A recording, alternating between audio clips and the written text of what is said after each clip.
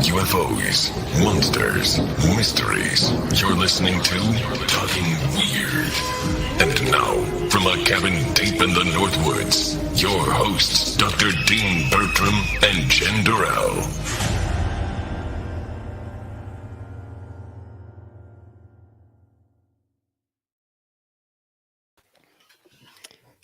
Well, hey there, baby. Hey, baby. Happy Independence Day weekend. I'm great. It's the 4th of July, or almost the 4th of July, one of my favorite holidays of the year. It's so close tonight. Well, I'm guessing here they must be doing their fireworks. I live in the middle of nowhere, but about 9 o'clock tonight, I start to hear the boom, boom, boom, boom, boom. So I go outside, and two towns, which I guess I'm sandwiched between, we're obviously both having firework displays. So I'm surrounded by woods, so you can't see any here, but I wandered down my driveway. Well, my poor cat, Valet, was a little bit scared. He's pretty brave, but I think the fireworks were bugging him a little. Anyway, he came down just a little bit with me, then stopped. But to see them, I have to walk down out of my property, which again is shrouded by woods, and I have to then. I'm just saying hello to Ken and hello to Joe. I have to then walk down my county road a ways, which is this back road in the middle of nowhere, to where there's a kind of a pasture. And then I don't have things blocking my skyline as much. And then you could see the fireworks on one side. So, but this is how far away I am from anything. We're obviously perfect for the fireworks, though. Yeah, it's perfect, but the sound is out. So you hear, like, you see it, and then it disappears entirely, and then you hear poof, boom, and then you see another one. It's totally out of sync, and it disappears, and then you hear poof, boom. But I love seeing the fireworks. I often wander down around the 4th to watch them. It's such a great holiday. I mean, we're obviously not going to talk about the 4th for too long, but as somebody who's born and raised and spent my first 4 decades in Australia, it's such a joy to be here for this weekend. I love this country, and I love Independence Day, and I love everything it stands for. And I love the fact that way back, one of my favorite 4th of July historical, I guess, anecdotes or historical stories is that way back when America first became America, John Adams, I guess it must have been after the draft of the Declaration of Independence.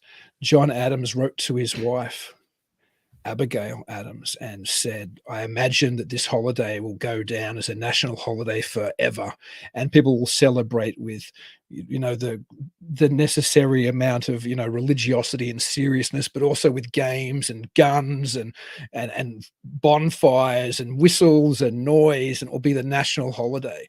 And he was right. He was so prescient, because that's still how we celebrate. We make noises, we have parades, which he talked about. People have fires. It's a wonderful, wonderful holiday. It's also, of course, what's the day today? What's the other day? You brought my attention to it. It's World UFO Day. It sure is. Yeah. So happy World It's pretty UFO. Interesting. I wonder when that started. I don't. Well, I know why it started. You know why it's today, right? Why it's July 2nd, supposedly.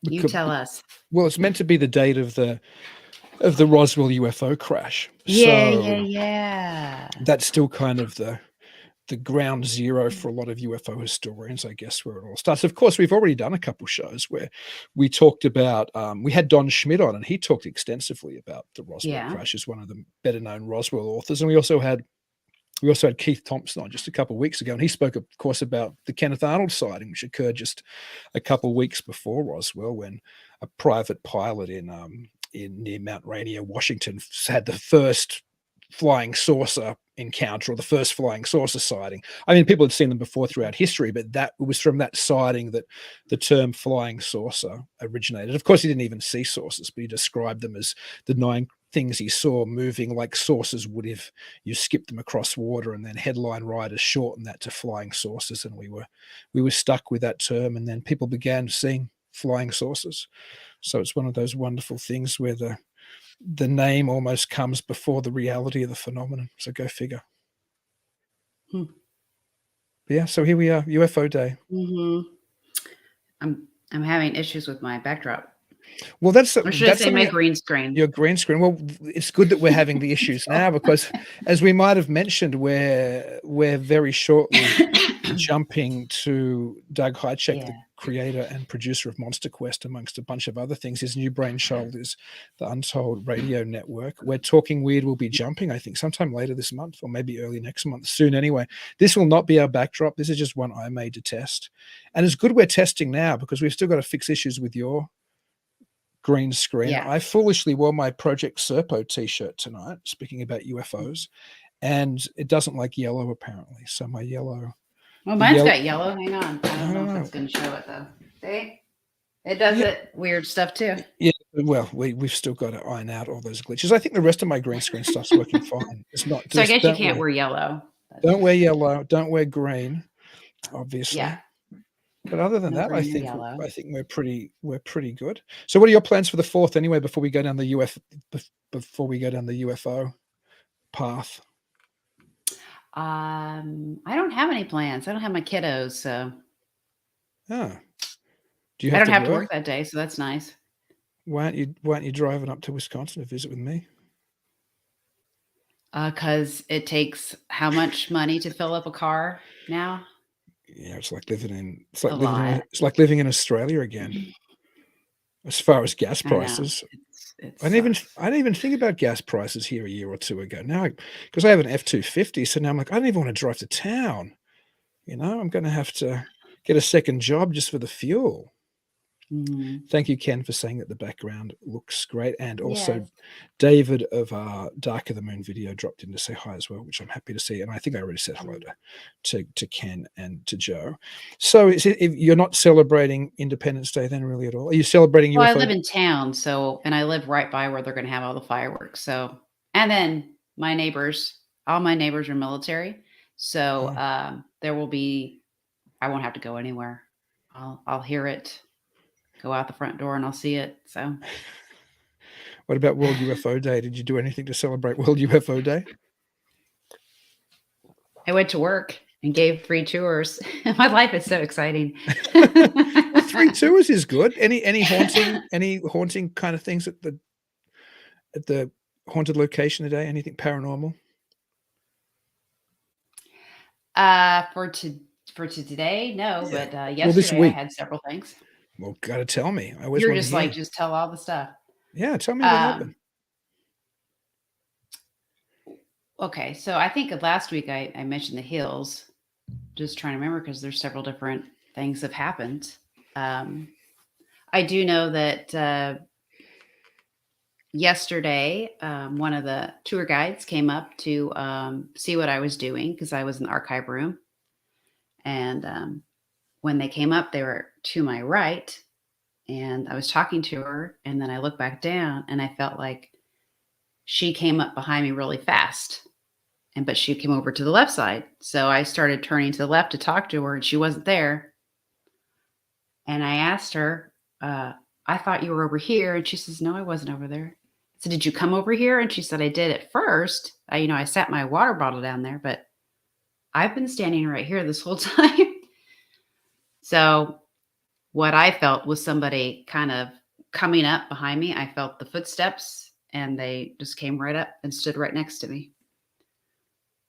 So there's that one. What do you think that was that came up and stood right next to you? I don't know. I'm still trying to figure out if it's residual or not, but to me, I don't think that was residual. So you have to investigate to figure that stuff out. Gosh. So we'll see. I do it every time I work. So what about you? Do you ever worry about anything coming back with you from work? I know when you do investigations on like paranormal investigations at other haunted locations, sometimes you seem to pick up some energy or some trouble can come back with you. Do you ever feel like anything comes back from your place of work? Sometimes. Sometimes I tend to pick up certain things that people might have had who lived there. I think it's called clairsentient, where you can feel any ailments that they might have had. So I've recently picked up a nice little kidney infection, and a lot of ailments have happened to me lately, and where I'm getting sick, and it's worse when I'm at work. So it's a possibility of Gosh, taking that kind of stuff home with me for sure. I know that's an occupational hazard or just being a sensitive to the paranormal kind of hazard. That sounds terrible. Well, I'm a paranormal investigator, so I'm putting myself right in it. So it's my own fault, really. Yikes. This is why I don't go and hang around haunted locations. I just sit back as an armchair theoretician, let folks like you go out and get the attachments and the illnesses and the creepy things, scratching them and biting them and pushing them downstairs or whatever such things do. Yeah. But it's not bad there at all. There's nothing bad going on at that location whatsoever. We're in It's the all summer nice. now. We were going to talk about summer strangeness. Do you find things are Mhm. more active seasonally? Like, is summer more active or is winter more active? Is there ever a seasonal difference to locations? I think it has to do with what things have happened, death dates, birth dates, traumas, or anything like that. I don't know if it has anything to do with seasons, Hmm. but it could.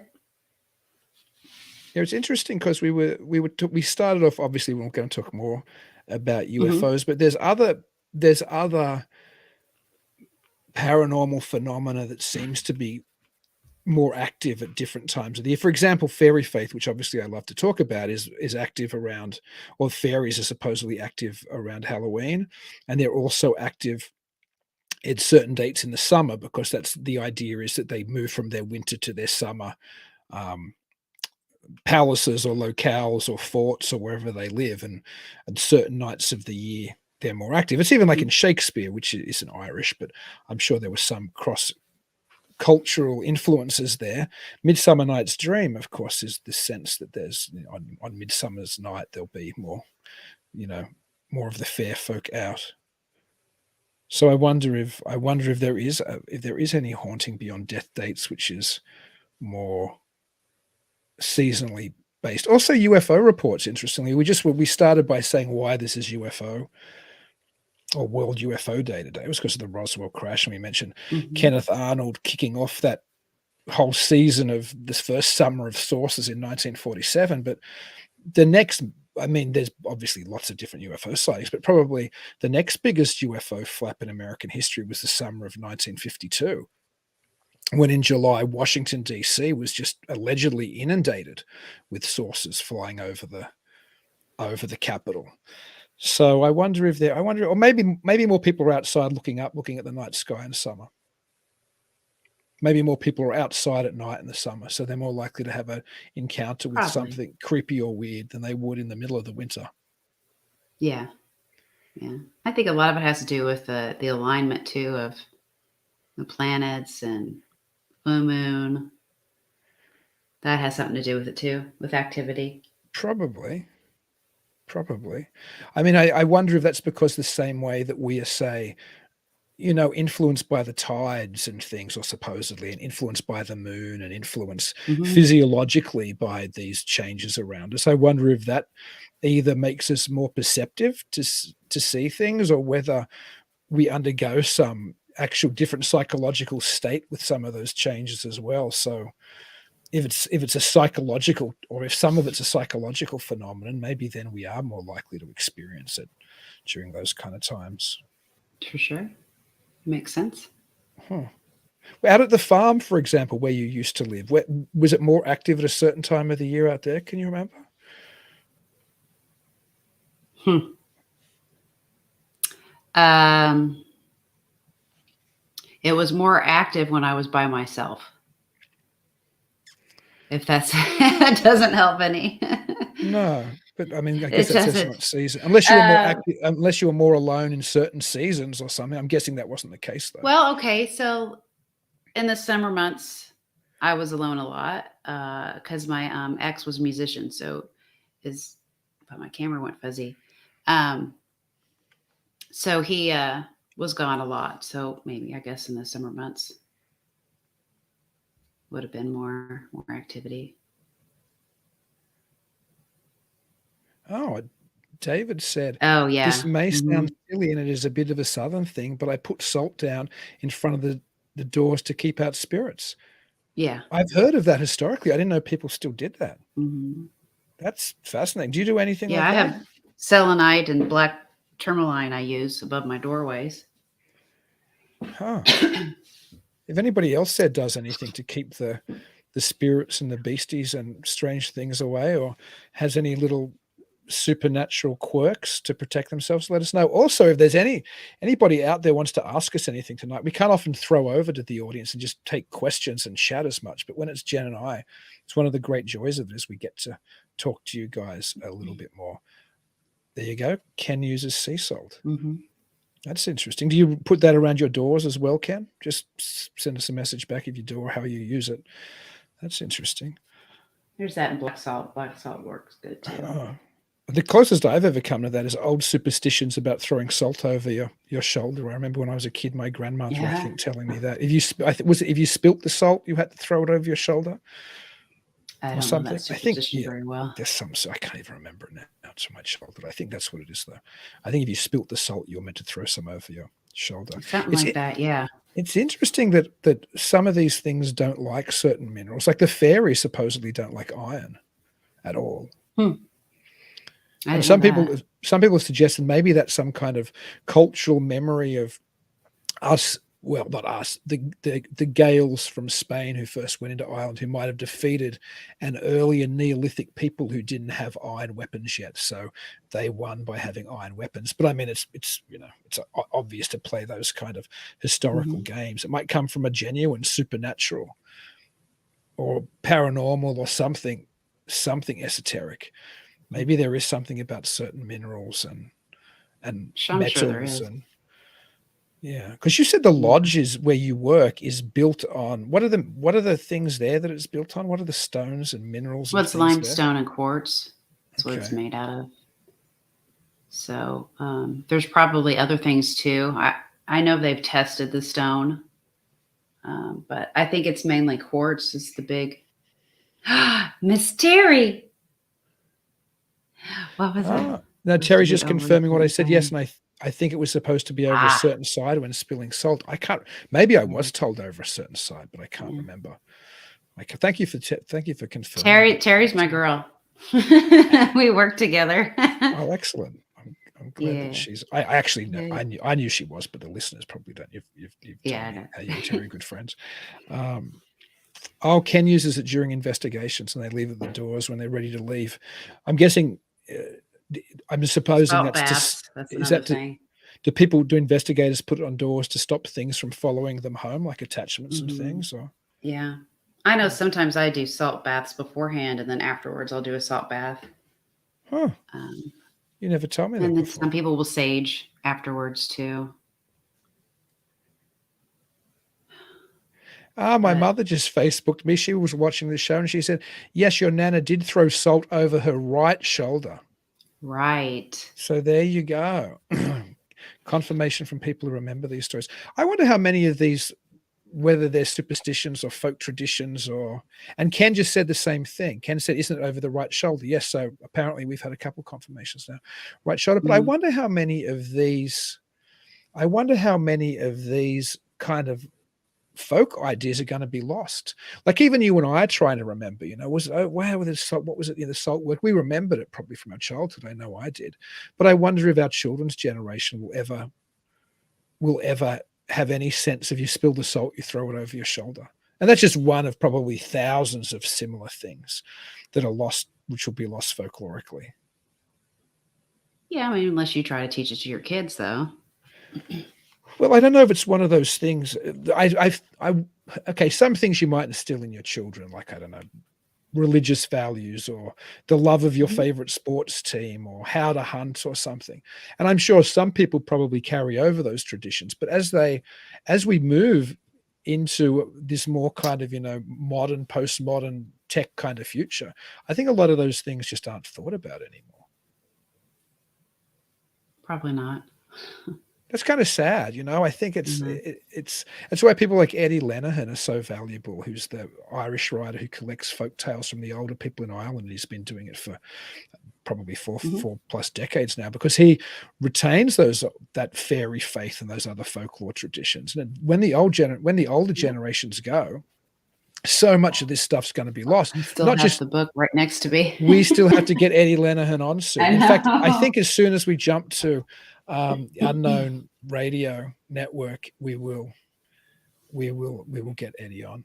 I need to reach Mm. out to him again. But yeah, a lot of these ideas are just going to be lost. My mother started to send me other superstitions, you know, things like never walk under a ladder and, you know, things like that. But Mhm.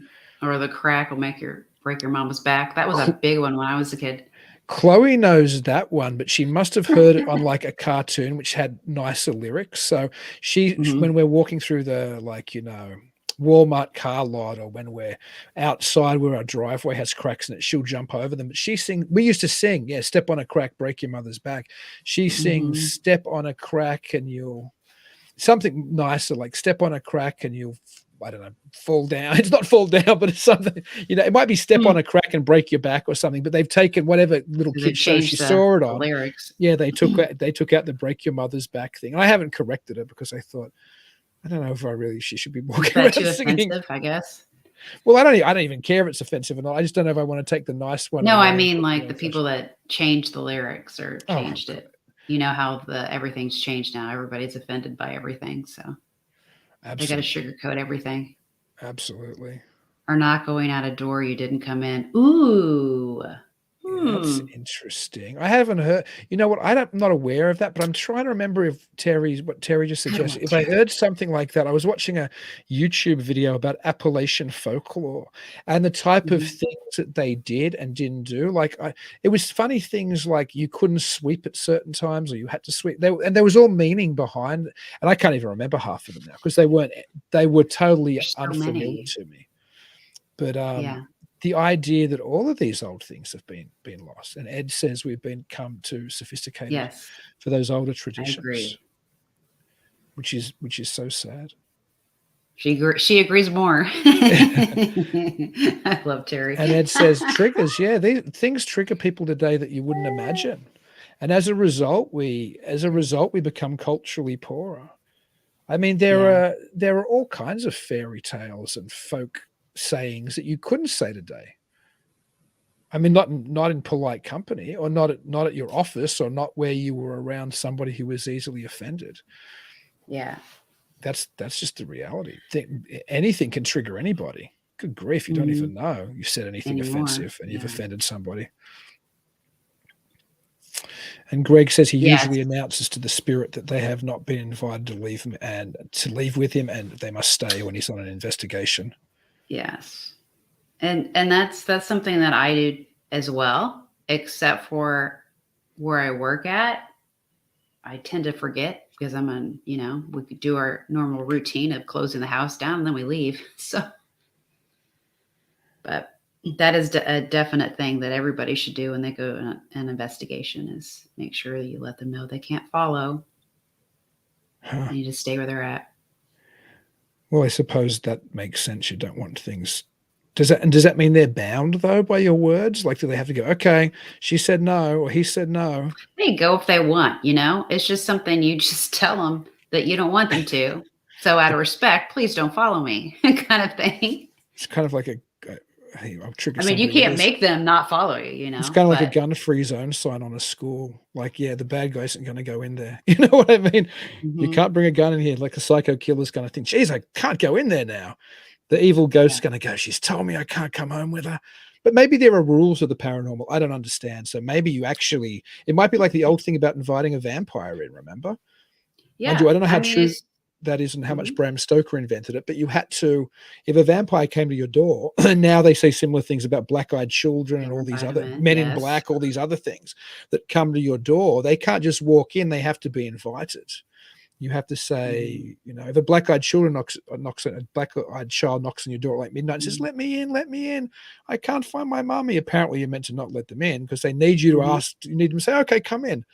Yeah, yeah. It's Supposedly, kind same of the with same thing. vampires. Yeah. It's just they're not allowed to follow. And I don't even know what it's supposed to be like because I've watched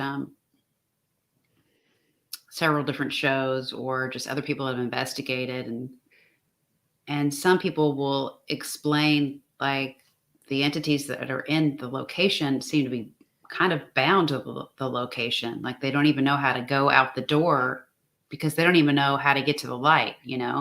So some of them may not be able to go once you're out that door. But I guess it depends on how much they know or how what level they're at, or I can't find the correct word, but how strong they are. Then they possibly could attach to you, and then you're SOL after that. But it doesn't hurt to try to tell them I'm leaving and you're not allowed to follow. Yeah, Greg a minute ago said, plus they usually say a prayer to St. Michael or St. Benedict. But now Ken's message I put up was, I heard that after an investigation, you should back out the door. I'll have to remember some of that because, I'm investigating more now and I don't do it. And I probably should. But I don't feel threatened by anything, so I just don't think about it. It's the problem. If I felt threatened, for sure, I would have done that or something. Sage, I don't know, would have just done something. I don't know. I always have my crystals on me, and what type of crystals do you carry? What are they? Your crystals that defend?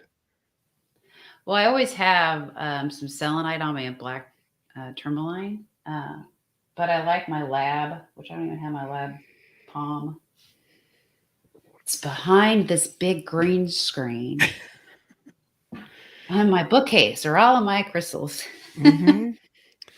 It's interesting, though, we were talking about doors. Doors play a significant part both in superstition and paranormal belief. Obviously, like as Ken was saying, maybe an investigator should back out a door, or people were talking about lacing doors with salt to stop things coming out or going in, and the idea that you have to invite a supernatural creature into your doorway to let it come in. And there's other interesting door ones as well. My mother just sent me one I'd never heard before, but apparently my grandmother, my mother's mother, used to use, this is what a direct quote from my mother now, used to tell us about how the Scots always wanted the darkest haired person to walk over the doorstep on New Year's Eve after the clock struck 12.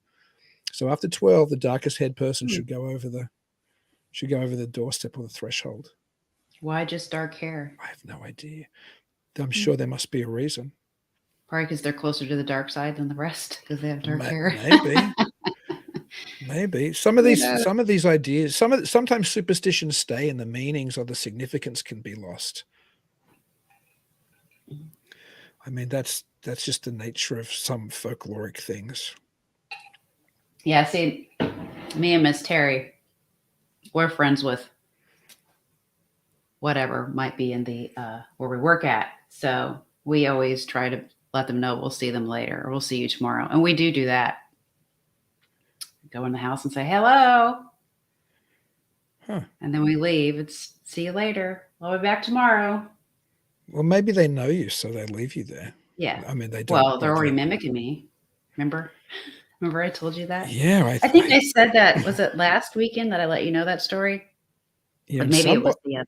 Somebody warned you. It might even have been David in the comments, the comments after the show, saying that if it's mimicking you, that's not a good sign. Sure. Could get worse.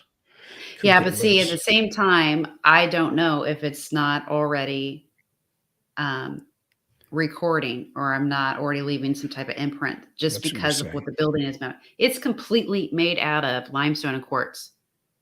Everything was quarried there on site. The whole house is nothing but limestone, stone, and quartz, and a couple other materials too. But it's basically just that. So it is literally a paranormal battery or conduit, whatever. So, I think Ed was being funny when he said wolfbane and garlic, but we do know that keeps away the werewolves and the vampires, at least in some versions of the stories. Thanks for asking, David. I'm from Australia, obviously, originally, but I mean, where I was born and raised, but a lot of my family were from the British Isles, so Scotland, England. My stepfather's side of the family was from Ireland. I think we'd had some time where a lot of our family, that when there was what used to be called the East India Company, had gone to India and had lived there for a while. And then I think some of them came to Australia, so England via the England via India to Australia. And interestingly, my great-grandfather on that side bought one of the first Masonic lodges to Australia, one of the biggest, because I think back in those days, Masonry often traveled around the British Empire with military units. They often had masonry units attached to their military commands. So he was, I think because he was in the East India Company, I think he was some ranking officer or something. But when he came to Australia, he established one of the, still, I believe it's still there. I was never a Mason. I obviously would never be. I think it's antithetical to freedom to be a member of a secret society. But my family on my mother's side, my mother was never involved in anything, but my grandmother was continued that kind of Masonic kind of line. She was probably the last one.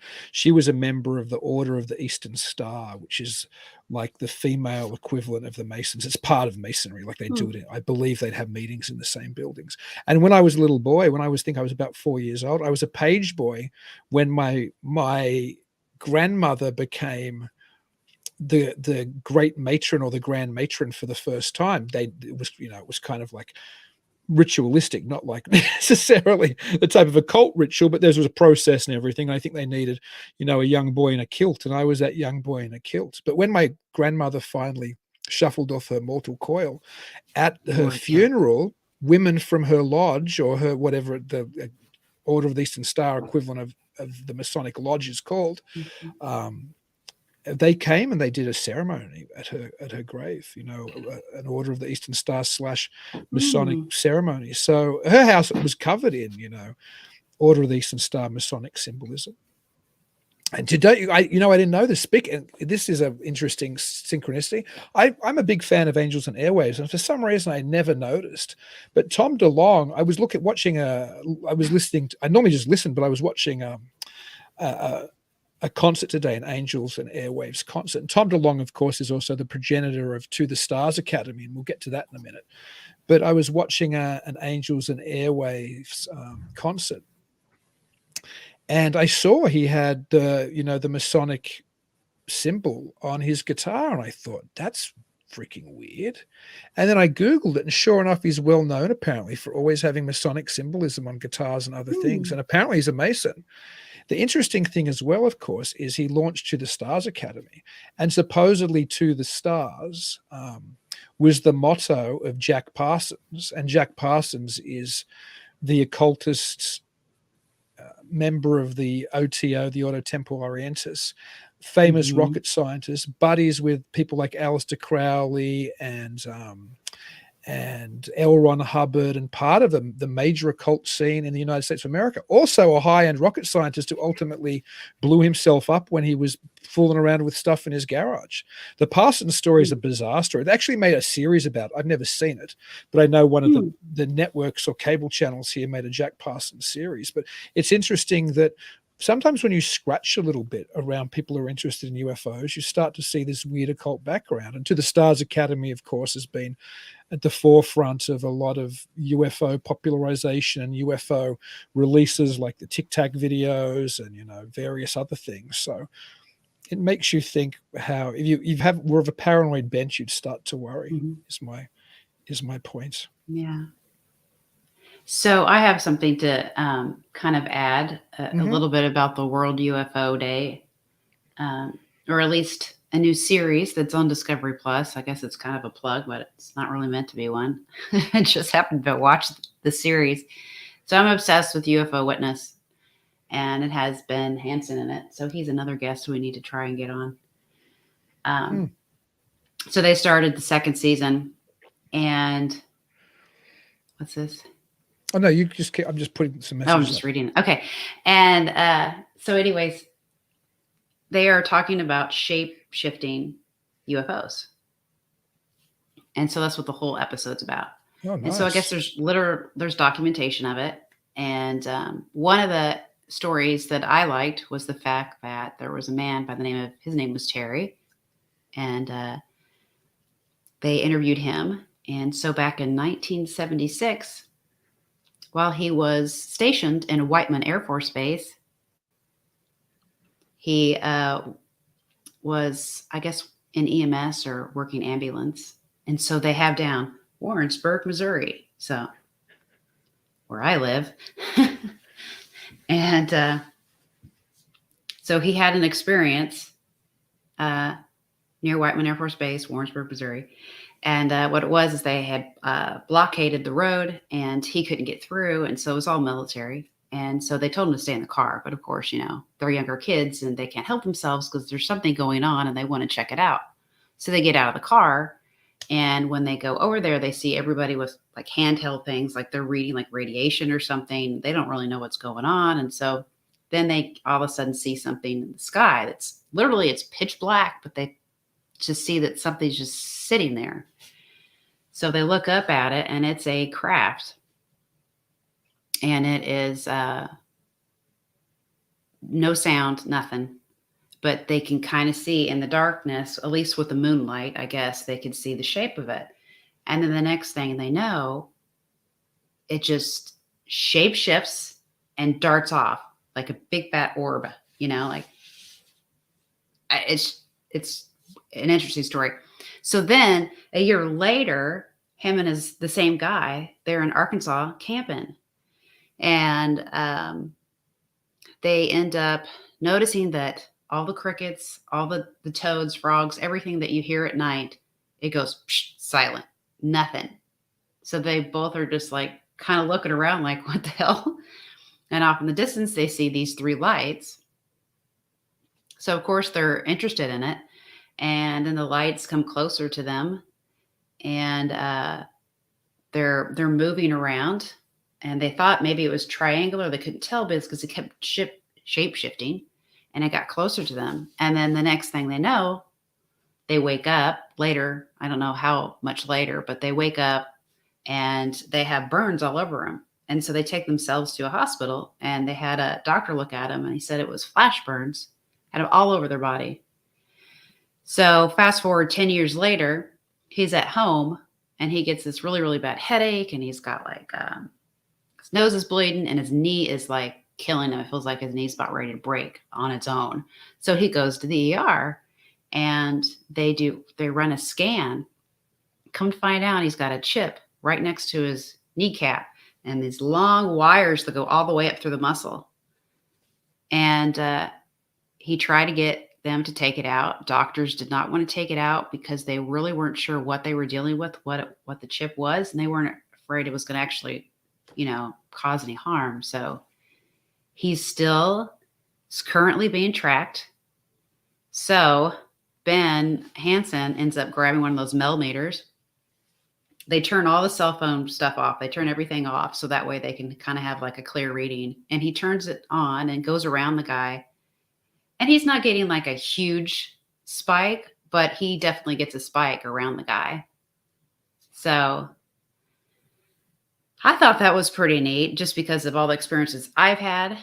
And then their second episode starts with a young lady that was a housewife. Her husband was always gone. She lived in the middle of nowhere, right? And she sees amber lights, a huge amber light. And I'm like, oh my gosh, that's familiar.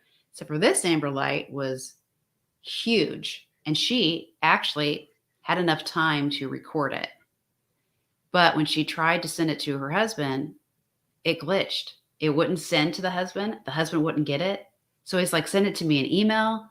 But she was kind of freaking out because it was getting bigger and closer to the house. And the next thing she knows, she like kind of passes out. And that's when she woke up, had lost time and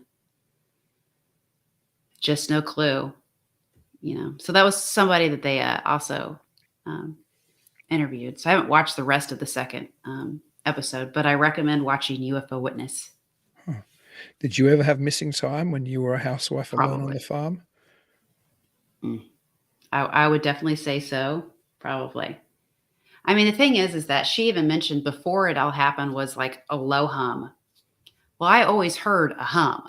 And it always bothered me because I would wait for the aircraft to pass because the at Whiteman Air Force Base wasn't that far away, but they would always fly the stealths and the fighters. They would always go, around. We always knew when they were around. So I thought maybe it was always in the middle of the night. So I thought, well, that's kind of weird that they're practicing at night. But sometimes I feel it just come over and just sit. And so sometimes I look out at the house. I didn't see it. And yeah, that was before I started having, before I had my first child. I mean, I was tormented with it a lot. It was hard for me to go to sleep. I think I had the lights on all the time and I could hear it. And I would ask my ex, like, have you ever heard that before? And he's like, no. But later on, he ended up noticing black helicopters. And that's a whole different, another story. But yeah. Now tell me the helicopter story. They were just around all the time.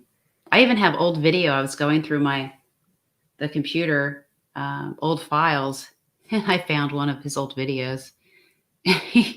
Every time I saw one, he grabbed the video camera and just recorded them. They were out all the time. Now they say that they use those for checking the deer or something like that, but they were out way too much, checking out the farm. It's like, what is up with our farm? When you tell me that story, tons of orbs. My son has seen the lights in the sky. I've seen them. My ex has seen them. So I can just think of Ray Liotta towards the end of Goodfellas when the helicopter is following him and he's all paranoid. Whenever you tell me that story about your ex-husband, I think of Ray Liotta. It's a top story though. What's interesting though is you said you were close to Whiteman Air Force Base. Did you ever have the impression that any of this was connected to the base? Because that's not just the helicopters, but I mean the other weird anomalous lights and things as well. Oh yeah, for sure. I mean, we always had them out practicing. And I still, even when I go, because I work in Sedalia, so when I head that way, sometimes here's a stealth sideways. I'm like, oh, there we go. Cool. And it's too late for me to take a picture of it. So they're always out. That are the fighters. So they're always out, doing maneuvers, practicing. And so you see them all the time. The stealth, they'll come over my house now where I live every once in a while. You don't hear it till after it passes. So that's always kind of neat. But I'm just used to it. I mean, I grew up around here, so I'm used to the aircraft. So usually if I see something that doesn't make sense that I haven't seen military-wise or anywhere else, I'll stare at it for a long time.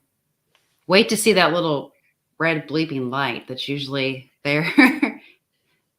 So I can kind of try to decipher. Did you say they were black helicopters? Is that how you describe them at the farm? Or the ones that would come out by the farm? Mm-hmm. And they were down low, like they were looking for something. There's a long and insidious, it was a lot. Yeah, there's a long and insidious history of black helicopters in the conspiracy and ufology folklore. Like there's stories. You were talking about people who said UFOs can morph and change shape. There were a number of stories back in the 90s about what looked like saucers transforming into black helicopters. And then of course there's stories about black helicopters accompanying what looked like troubled saucers, like the famous Cash Landrum, I think the name is, of the witnesses of that story, when it looked like there was this troubled UFO and there were I think black helicopters flying alongside it. So there's and not to mention all the kind of the idea of it being spying on the public and that, like Jim Keith, the late great conspiracy writer, he died in very strange circumstances. He fell off a stage at Burning Man of all places, injured his knee, minor thing, but went to get it fixed at a hospital. He died on the operating table from a knee surgery. But he was also probably at the time, he was probably America's most significant conspiracy theorist. Anyway, he wrote 2 books on that, amongst many other books, but he wrote 2 books on the black helicopter phenomenon. So yeah, black helicopters are always dark and mysterious, and not to mention the whole cattle mutilation thing. Black helicopters have been associated with the cattle mutilation stories as well. Did you ever have anything mutilated? The farm was right in between 2 cattle. There was a cattle farm here and over here. So Did you ever hear about any what they call mutes or mutilations there? it wasn't shared with me. I don't think my in-laws ever really talked about it. I don't remember them mentioning it. We had some dead horses, but I think they were old. So Mothman 46 said before he had a recent UFO sighting, it was preceded by 3 C-130s. So yeah, there's often that connection between military aircraft Yeah. and UFOs. Well, I know recently my ex, was it last year? I'm just trying to remember when it was. It wasn't that long ago, where he literally sent me a text. He goes, "The black helicopters are back." What? He's like, "Yeah, they're around my shop." And so he got in his car, I think, and he kind of followed them around a little bit. He does not like them. He doesn't understand why they're there. So that was recently. Gosh, still being haunted by them. Do they still complain of anomalous phenomena at the farm itself now that you're not there? Well, a lot of it happened in the trailer that we lived in, so you can hear a lot more in that. His parents that lived on the same property live in a nice house across the way that's hidden within the trees. So if they really want to look outside and see what I was able to see, they'd have to step out into the driveway. Can't really look out their window without having to look through some trees or something like that. So I don't know if they've ever seen it or experienced it, or so I haven't heard anything. David mentioned silences noticed in Bigfoot sightings, Oh, etc., yeah. and exorcisms, and also many similar characteristics. If you look at it, that's very true. Mhm. I know that I think it was Jenny Randalls, who's a British UFO author, wrote about the Oz factor, about everything going weird and quiet when people have these type of experiences. So you said that happened at did it happen at the farm every time there was an experience like this? Because I think you saw weird animals and things there as well, right? If I recall, or at least Well, like there was just weird activity. And like when I first moved there, I saw a big cat. And I thought, no way is there mountain lions up here. But I guess the more I've learned through the years that yes, they probably have. So that was a sighting. Um, Probably 3 or 4 years in after I've lived there, my ex was experiencing it before me. Was this horrible scream. And I eventually experienced it. It took me a week because I didn't know what he was talking about. But I actually happened to be home by myself and I heard it. eek. And I don't know if that was a cat. I think we even talked to Linda Godfrey about it. That scream, the black cat, she does all the research on that. So it kind of sounds like that. Or if you want to go a little deep, there's those, what is it, the banshee cry? Or I don't know. It was a horrible scream. So that went on for a week or two. Every once in a while we'd hear it. It was blood curdling. It was horrible. So, but it eventually stopped. We did see some evidence of possible black bear. I mean, just weird things on the trees. And we'd walk back into the woods area. There's a nice creek that flows back there. You can always hear it running when it gets really, really full. And there was always weird scratchings on all the trees. Like a bear hide or taller, or what kind of? Like really up high. So I think black bear, they are up here in Missouri now. So it could have been a black bear. I have not seen one, but How scares high? me. How, when you say way up high, about how high? Just roughly ballpark.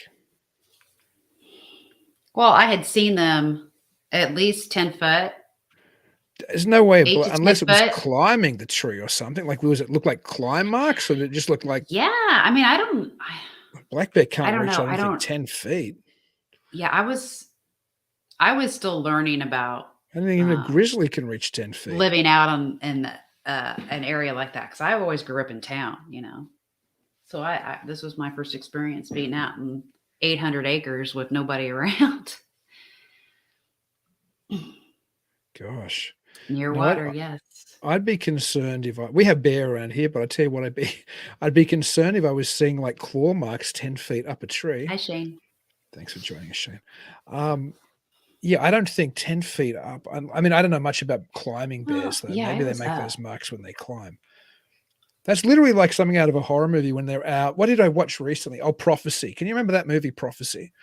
You'd like it That's because one of my favorite movies. it's a great movie, right? And they're out Mhm. in the I don't know if it's an Indian reservation, but they're out where are we talking about the same prophecy or a different prophecy?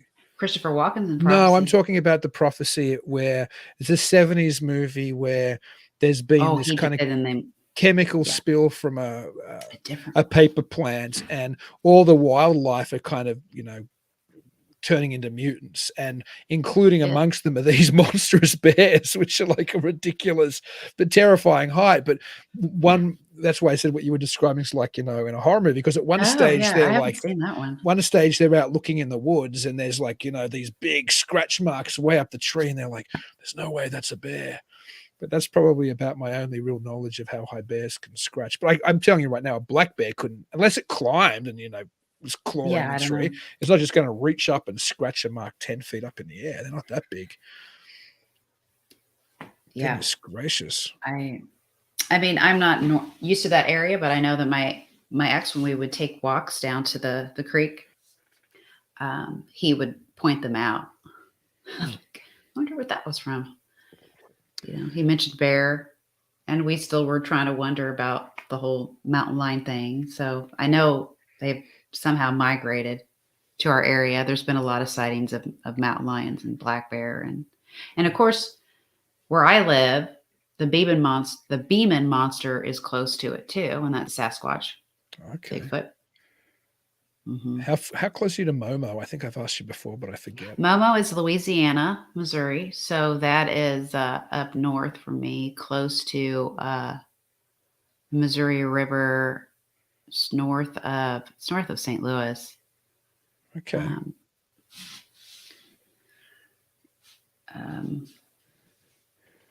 So have an aunt and uncle live not that far from it, but they the live in Illinois. but the closest thing to a Bigfoot on the farm might have been maybe those scratches, or maybe some of the vocalizations, because I know sometimes Bigfoot can have all kinds of weird vocalizations, supposedly.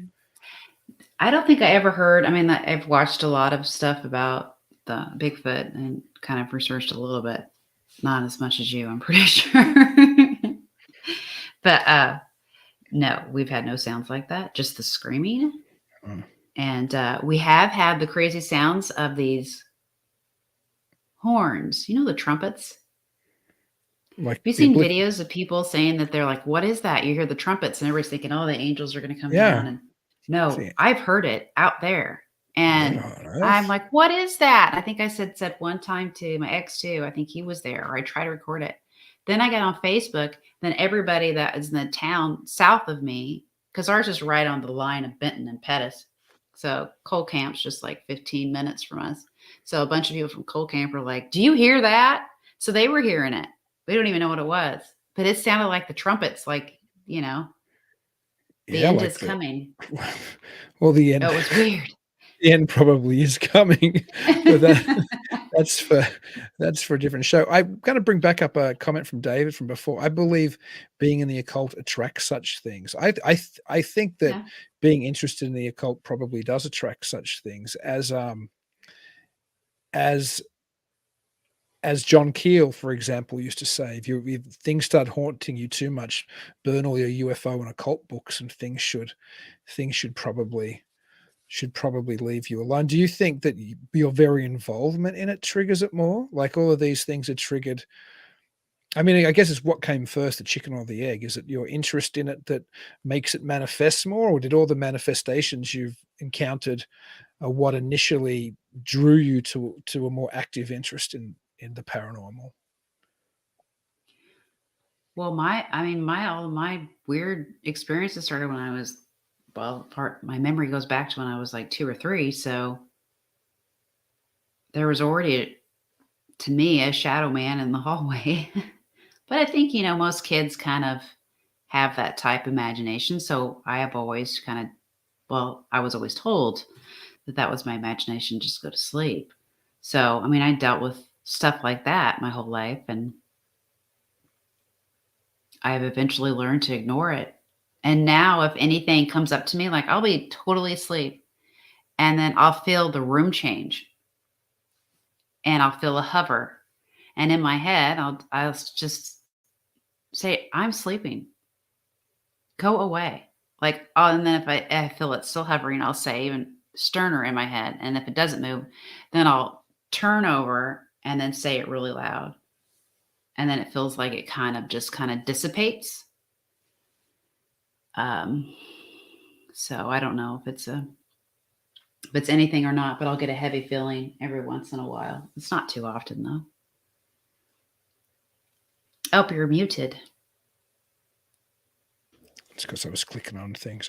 Thanks for telling me that. I know when you were a child, that you had experiences, and that isn't that uncommon for children to have paranormal Nah, it's experiences. not. But was there a gap from when you, I don't know, when you went into puberty up until later in your 20s when you started doing readings and things, or did the paranormal activity follow you throughout your teens up into your 20s? I've never asked you that before. I'm curious. I think it followed me because I didn't stop sleeping in my parents' room until I was 13 or 14.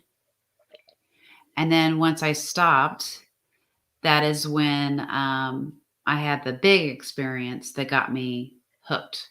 And that was when I had those four beings that came into my room at night. And I was completely aware of them. I sensed them in the room. I felt them in the room. I knew exactly where they were in my room.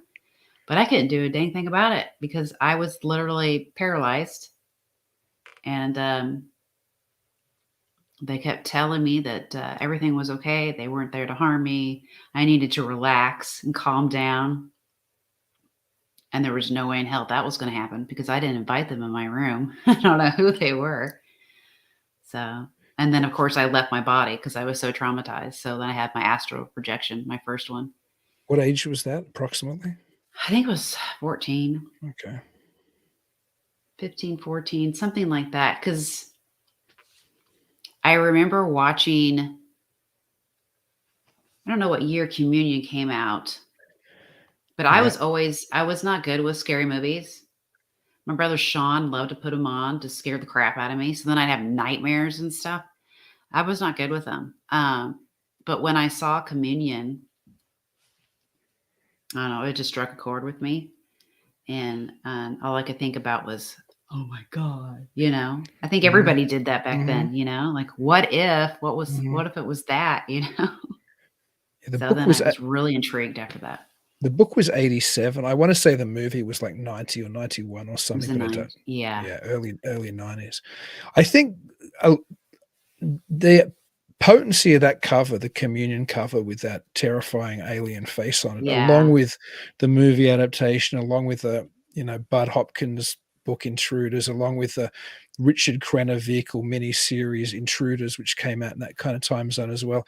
I think that did exactly what you're mentioning. I think it made a lot of people who'd had some kind of bedroom visitation or sleep paralysis or weird nighttime encounter place it within the cultural context of an alien abduction, which they mightn't have done if it hadn't have been for those things. So if they'd lived in an earlier time, they might have placed it within the context of fairy visitors or dead relatives or succubus or an incubus or something. So there was definitely some cultural contamination there. I'm not dismissing the actual phenomenological route that something might have happened to people, but I do think those very popular alien abduction books and alien abduction TV and film adaptations had something to do with the boom in alien abduction reports and encounters and memories, to be honest. Oh, for sure.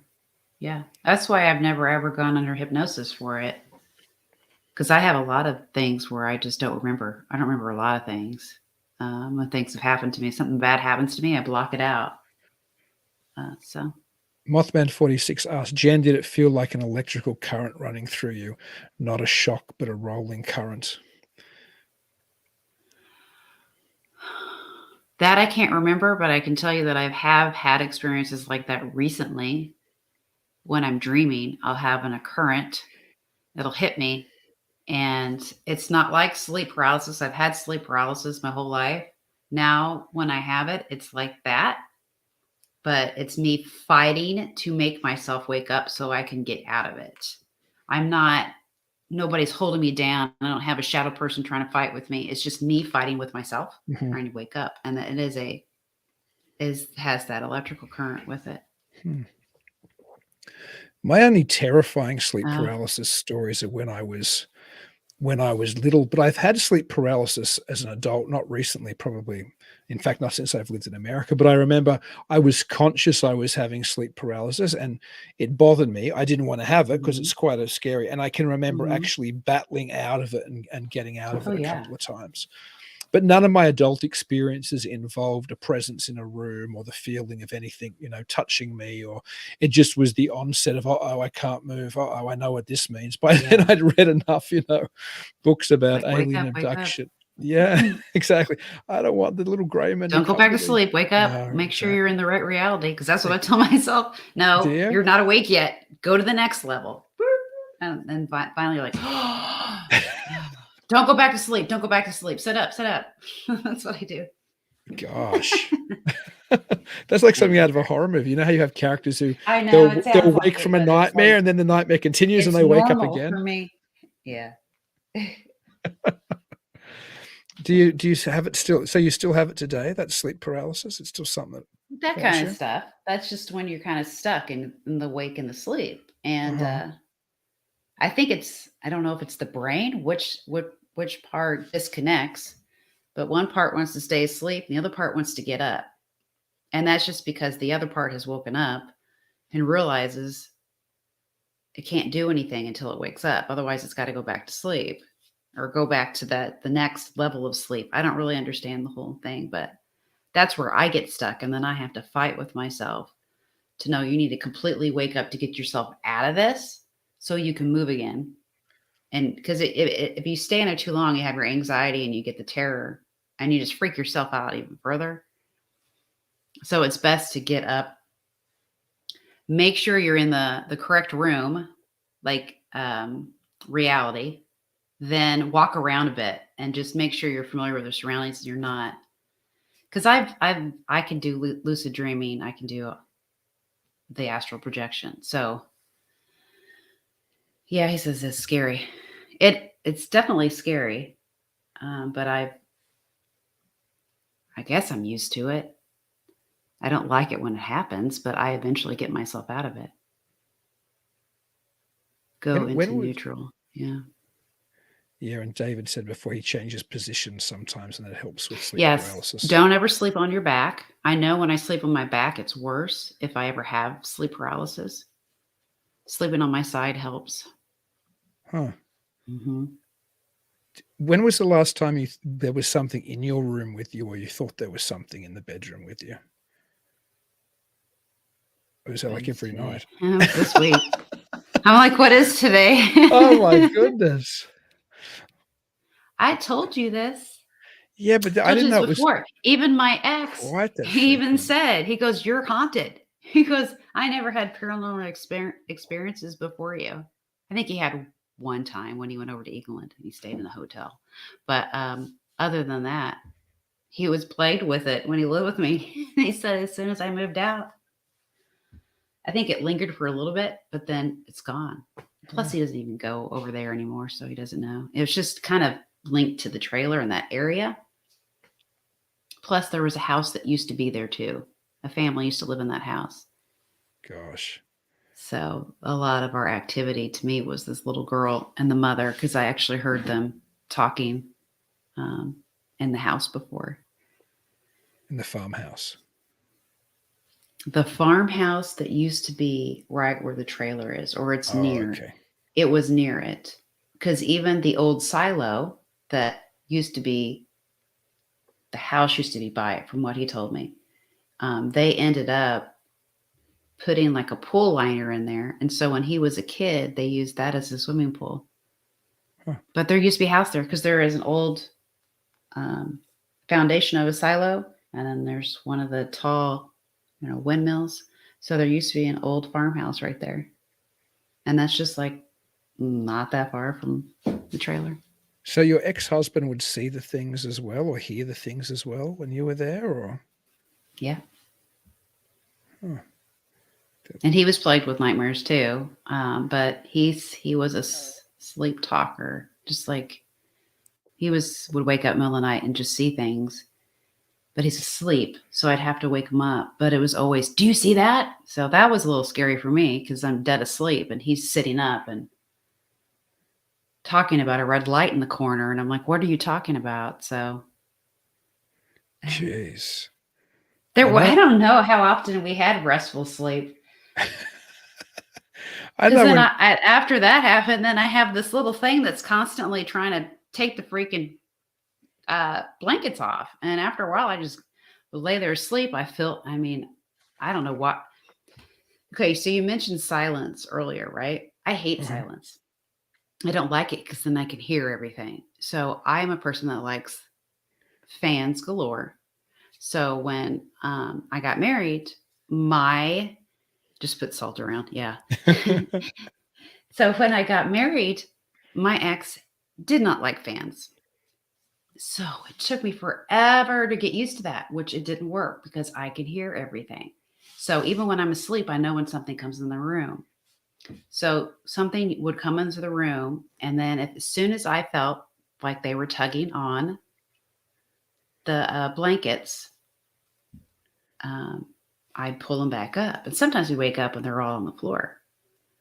But then if I was laying on my side, I would come over and literally try to pull them. And it got to the point where I was just like, stop, I'm sleeping. So that's how much it happened to where I got enough. I wasn't afraid anymore. I was pissed off. Like, leave me alone. I'm trying to sleep. Yeah. Jeez. Yeah. Well, I know what it's like. Could have been the Fae too. You never know.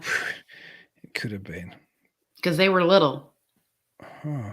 It was little. The shadow person that would attack me there was little. It was a little person. Gosh. I'd like to think the fair folk were better mannered than to come into your. Mind you, if it was built on but in Ireland, if you build supposedly, if you build a house between two forts, then they won't give you any peace at night. They'll come through your house, they'll disrupt things, they'll make noise all night long, they'll bother tricksters. You. Yeah. But I'm not sure what the equivalent is in Missouri, if there's places you can't build because things are traveling. I don't know. I don't know either. That's I do why know. I'm obsessed with the paranormal. Need some answers, right? We need more episodes of Haunted Jen is what we need. It's been a while since we've had an episode of that. Oh, my worst. Oh, wow. So Joe says his worst nightmare took place in a church that was being destroyed by God, and it happened at the end of his marriage and soon after the marriage was over. A premonition. Could have been. See, right before mine ended is when I had my my visitation of my griffin. Tell us a little bit about that. It showed up and And so then I had to figure out what that was. So I had to research griffins and learn more about them, what they mean, their symbols, and yes, Haunted Jen. So, but for people who haven't heard, because I think you've talked about it once before on the show, but you saw like a griffin type creature in the corner of your bedroom or in the cupboard or the wardrobe or something, right? I'm trying to remember now. I can't remember the exact details. So I think later on through the years, eventually there was like a low fan. Oh yeah, they can be fun, especially when you figure it out. You know how to play with the dreams, and then you get to do really cool stuff. Anyway, tell us the griffin story. So I know something's in the room. I don't know why I was so aware in that house. In this house, I'm just gone. I've got way too many fans. So I could feel it. So I wake up and I just kind of look over where I felt something. And kind of did this thing like, what the heck, I can't tell what that is. And saw an outline and I'm like, surely, am I awake? I just didn't know what was going on, but I just sat and stared. And at first I was afraid because I saw it move. And then I was just like, what? So it was this, to me, it was black. It was a black griffin. It was a dark room. I'm assuming it was black, at least dark in color. And it had the lion-esque body, but it had a beak like as if it was an eagle. And it was sitting there just kind of staring at me really smug, just kind of like, okay, I'll wait for her to get over the fear before I do anything, like, oh, here we go kind of thing. So then I saw the wings, like it was just like I got to stretch. And it couldn't stretch on this side because that's where the window was. So it was just kind of ruffling a little bit. And then I heard an interesting sound. If it was like a hum or it was a weird vocalization. But it was waiting for me to get over my fear, was what it was doing. And once I realized that, it kind of, I guess telepathically let me know that it wasn't there to harm me. So I just stared at it and I just looked at it. That's all I was supposed to do, was to be present, pay attention, look at it. And then that was it. I don't even remember anything after that. I don't know if I passed out. I just remember seeing it. So then I was just like obsessed with it. Wanted to know what that was. And shortly after that, within that next year is when my whole life really changed.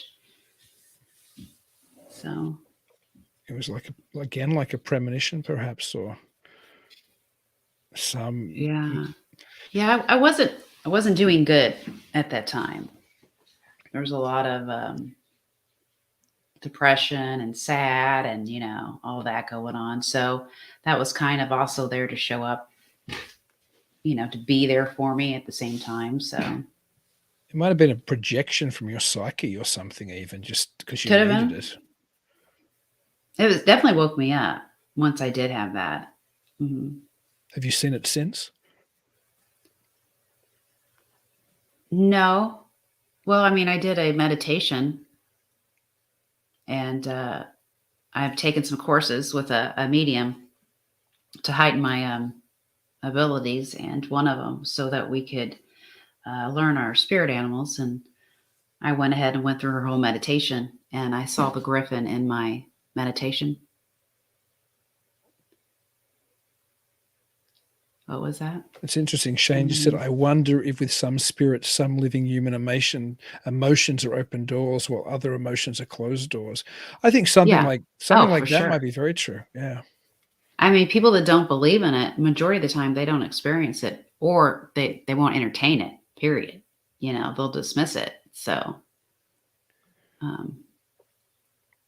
well, I don't experience it when we've been together and you've experienced things. I haven't experienced them. Like when we were in the hotel in Eau Claire for Midwest Weird Fest a couple of Midwest Weird Fests ago, which is the film festival we run in Eau Claire, Wisconsin. Well, you wouldn't have experienced that. No, but you heard a girl like. That's because I have clairaudient. Right, but when you were here one time, you said there was a figure in the corner of the bedroom watching us while we slept or something. No, when I was